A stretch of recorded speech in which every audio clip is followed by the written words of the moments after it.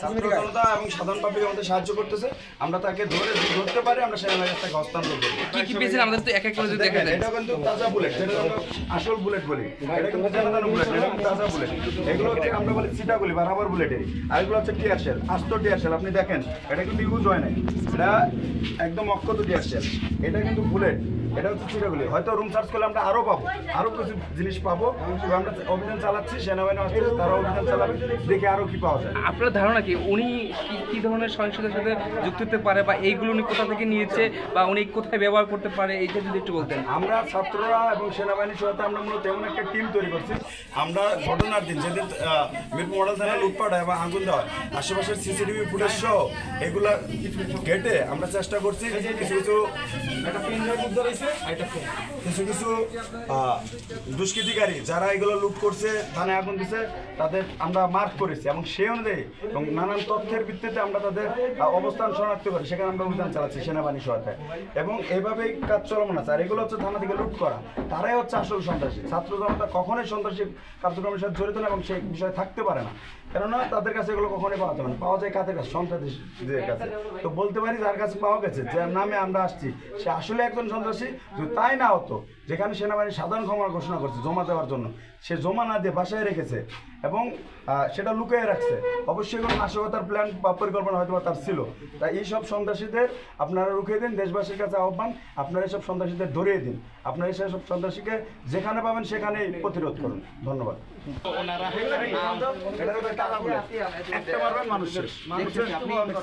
আপনার রুমের পাশে সন্ত্রাসী দেখেন,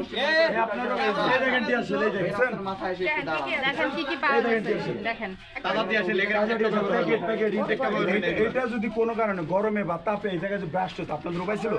সবাই মরতো এখানে। উপায় ছিল? আপনার রুমের পাশে সন্ত্রাস থাকে, আপনি বলেন যে চিনেন না। পাশে সন্ত্রাসী কার্যক্রম চলে, আপনারা কি পদক্ষেপ গ্রহণ করছেন? আপনি বলেন চিনেন না। সেনাবাহিনী সাধারণ ক্ষমা ঘোষণার পরেও কেন জমা দেওয়া হয় না এগুলো? না, আইছে তো নতুন না বাবা, এক মাস আছে। আপনি বাড়ির মালিক? হ্যালো, আপনি বাড়ির মালিক কে? বাড়ির মালিক কে? আচ্ছা, ভাড়াটি আপনার পাশে কে ভাড়াটি আসলো সেটা আপনি ভেরিফাই করবেন না? আপনি জানবেন না, শুনবেন না? আপনি মালিককে ধরেন আমরা কাজের নাম কই, কি কি কাজ করে না, কাজের নাম এগুলো তো তথ্য। ভাড়াটি আপনার মালিক কই? মালিককে বলেন তার ভাড়াটির তথ্য আমাদের কাছে দিতে। তার মালিক কোন বাসায় থাকে তাকে ফোন করেন, তাকে ফোন করেন, ক্যান্টনমেন্ট থেকে আসতে বলেন, বলেন তার ভাড়াটির তথ্য নিয়ে আসতে। সেখানে রুম ভাড়া ভাড়াটির তথ্য আমরাই ভাড়া দেই। ফোন দেন, আপনি ফোন রাস্তা পরিষ্কার করতেছে, কেউ গ্রাফিতি করতেছে, আমরা যেমন অস্ত্র উদ্ধারে নেমেছি। কারণ এই অস্ত্র রাষ্ট্রীয় সম্পদ, রাষ্ট্রের সম্পদ। এগুলো যদি বিপদগামী সন্ত্রাসী প্রতিভায় ব্যক্তির হাতে যায়, আপনি বুঝেন যে দেশের অবস্থা কী হবে। দেশের অবস্থা আরও খারাপ হবে, বেগতিক হবে।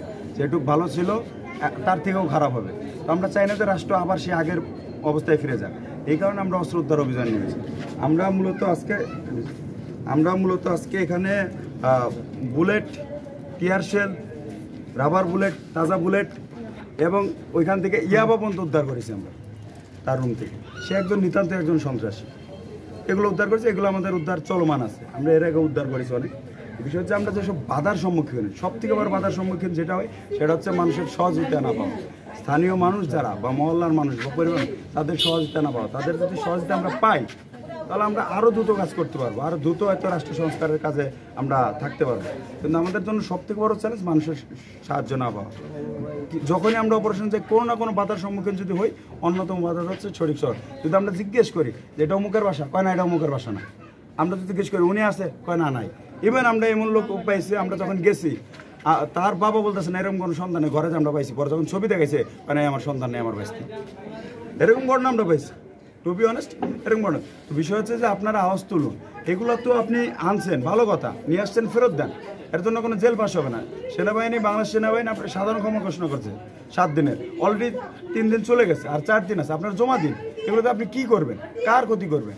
আপনি আপনার নিজের তো ক্ষতি করবেন, আপনার দেশবাসীর ক্ষতি করবেন।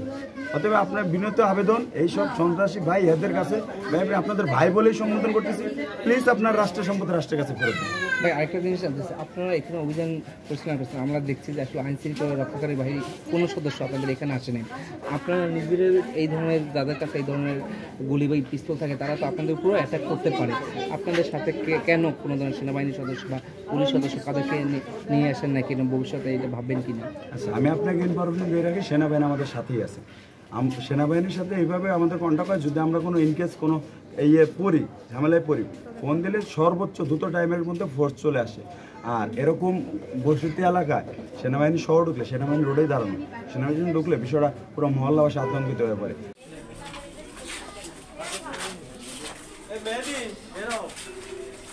ভিতরে আছে দেখো, নিয়ে আসছি ওই যে খাবার টাবার নিয়ে আসছি মেয়েদের জন্য। রাবার বুলেট খাইছিল তো, রাবার বুলেট খাইছিল জানি, এই জন্য খাবার টাবার ফান্ড নিয়ে আসছি একটু তাড়াতাড়ি। আচ্ছা যাও মুরব্বী, আমি ক্লিয়ার করে পেয়েছি না, বুঝলেন? সত্য কথা বলেন, এগুলো আপনার খারাপ বেশি কথা বলেন না,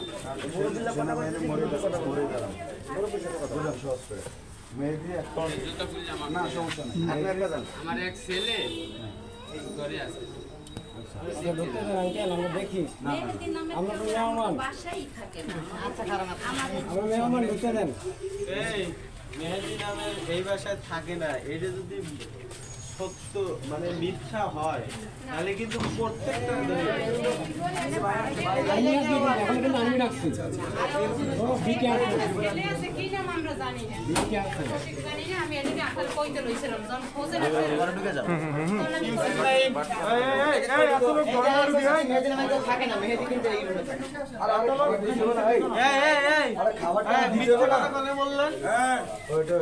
মিথ্যা কেন বলছেন? মেয়েরা আছে না, কে মিথ্যা কথা বলছে? লাঠি বাটি নিয়ে এসেছিল, যে মিথ্যা কথা সব দিয়ে। আর এই খাবার আর ওই যে খাবার আর টাকা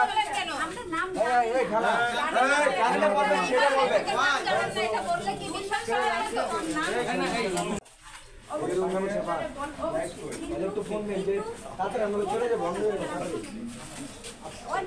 ঠিক আছে, বাড়িওয়ালা কে? লাইটটা চালাও, লাইটটা চালাও।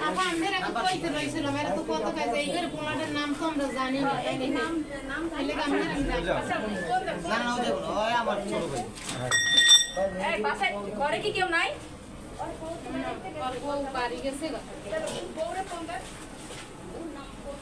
আচ্ছা, অসুবিধা নেই।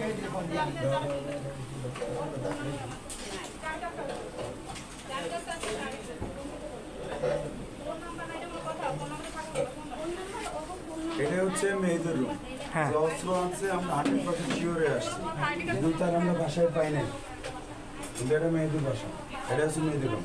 সে থানা থেকে অস্ত্র লুট করে নিয়ে আসছে। এই যে কোয়েল বিভাগ, এরকম লাইটও নাই।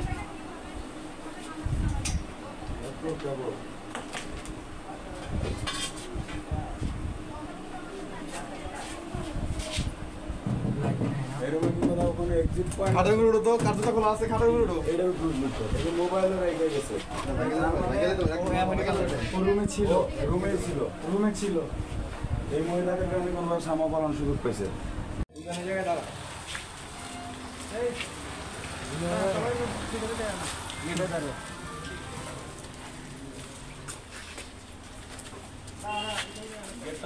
গেট লক করে দাও,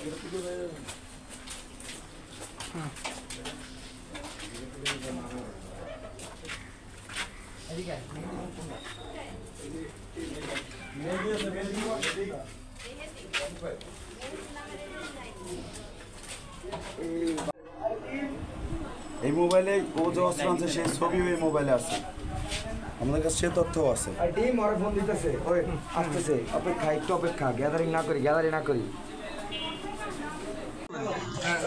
গুলিটা দেখানো।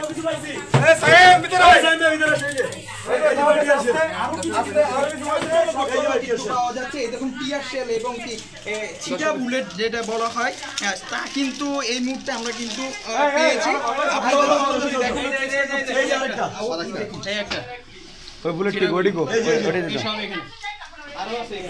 এখানে অবস্থান করছেন।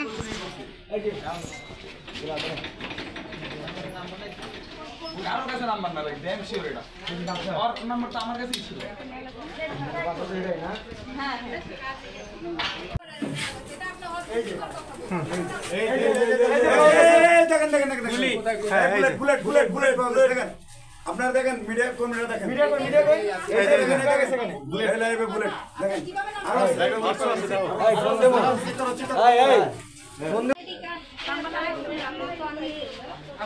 পিস্তল আছে, এই পাশে পিস্তল আছে, শটগান আছে। ওই যে বুলেট পাওয়া গেছে, পানি ট্যাঙ্কি চেক করবো।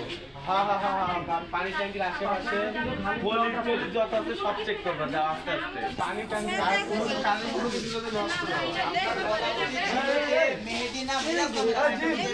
হ্যাঁ, পাশে একটা খালি প্লট আছে, বুঝছো? হ্যাঁ, এটা চেক করবা।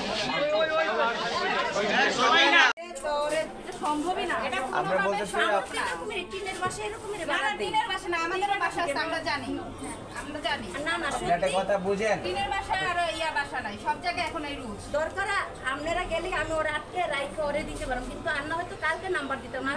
আমাদের আজকেই লাগবে, আমরা তো আজকে লাগবে। দরকার আছে আপনার কাছে কি করবে? নাম্বার সত্যি কথা নাই। আপনি এখানে 10টা